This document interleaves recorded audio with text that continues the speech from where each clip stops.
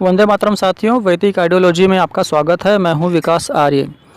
जब से आम आदमी पार्टी के नेता अरविंद केजरीवाल को गिरफ्तार किया गया है, तभी से आम आदमी पार्टी के नेता सपोर्टर्स एक बड़ा अजीब सा लॉजिक दे रहे हैं कि जी अगर अरविंद केजरीवाल को घोटाला करना ही होता तो वो अपनी आईआरएस की नौकरी छोड़कर पार्टी क्यों बनाता, वो वहीं पर घोटाला कर लेता।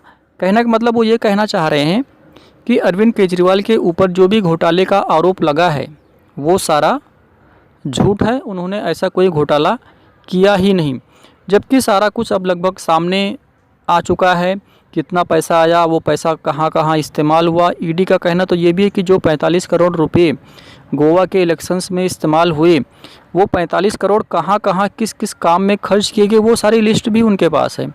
इसके बाद में जिन्होंने पैसा दिया, जिन्होंने पैसा लिया, उन सब के बयान भी आ चुके हैं और लगभग ज़्यादातर लोग अभी अप्रूवर भी बन चुके हैं, अर्थात सरकारी गवाह भी बन चुके हैं। इसके बाद भी बेशर्मी की हद ये है कि आम आदमी पार्टी के नेता और सपोर्टर्स ये अभी भी कह रहे हैं कि जी कोई घोटाला नहीं हुआ है।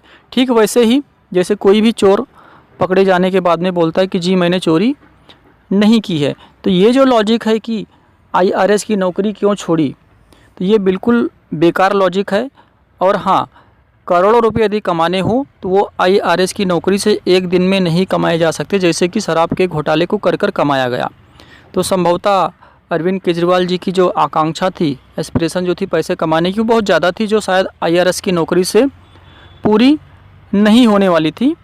और दूसरी बात, जो कुछ भी दांव पेच उन्होंने आईआरएस की नौकरी में रहते हुए सीखा, वो संभवतः वो यहाँ पर अब उसको इस्तेमाल करके अपनी पॉलिटिक्स में अधिक से अधिक घोटाला करके और उससे कैसे बच निकला जाए, ये सारा दांव पेच उन्होंने वहाँ पर सीखा और अब उसी की आजमाइश वो यहाँ पर कर रहे थे, लेकिन वो पकड़े गए। और इसी का एक नमूना है कि उन्होंने आम आदमी पार्टी में सीएम के पद पर रहते हुए भी कोई भी विभाग अपने पास में यही सोचकर नहीं रखा कि वो पकड़े नहीं जाएंगे।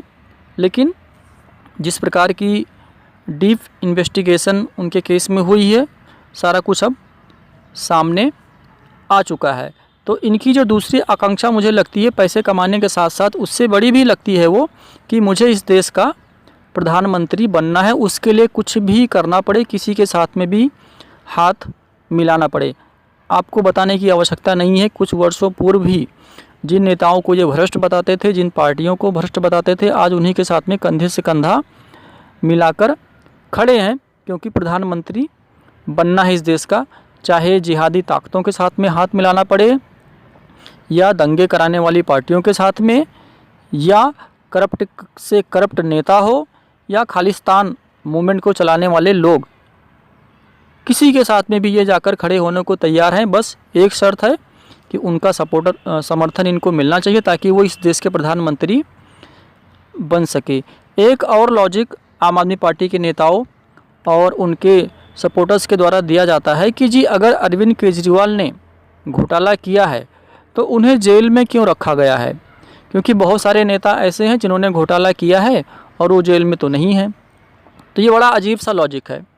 यही आम आदमी पार्टी, जिसे आपको पता है कि जो आंदोलन से निकली हुई पार्टी है, यानी इनका कहना है कि जी हमने घोटाला किया है तो घोटाला आप भी ने तो किया है, इसलिए जब आप जेल में नहीं हैं तो हम जेल में क्यों रहें।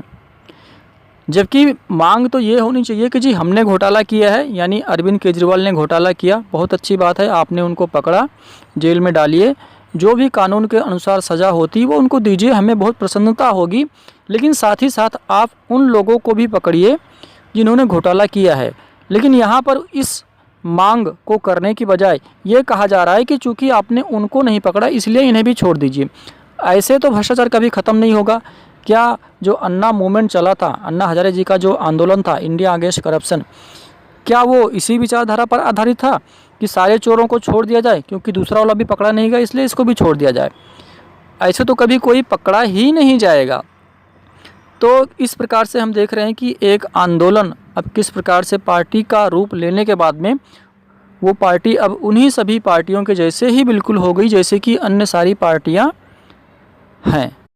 इसलिए अब आम आदमी पार्टी के सभी सपोर्टर्स को, विशेषकर उन लोगों को जो अन्ना आंदोलन के समय से ही इस पार्टी से जुड़े हुए हैं उन्हें ये विचार करने की आवश्यकता है कि क्या आम आदमी पार्टी वर्तमान में जिस रास्ते पर जा रही है, जिस प्रकार से इसने अपनी पूरी विचारधारा को बिल्कुल बदल कर रख दिया है, यदि हम आंदोलन के समय से तुलना करें और आज उन्हीं सभी पार्टियों की लाइन में आकर खड़ी हो गई हैं जो अन्ना आंदोलन के समय में थी, तो क्या इस प्रकार से ये पार्टी एक भ्रष्टाचार मुक्त भारत बना सकती है? तो इस प्रश्न पर ज़रूर सभी विचार करें। साथियों, आज के वीडियो में बस इतना ही। वीडियो यदि आपको जानकारी से भरपूर लगा हो तो इसे दूसरों के साथ में शेयर अवश्य करें। मिलेंगे नेक्स्ट वीडियो में, तब तक के लिए ओम नमस्ते।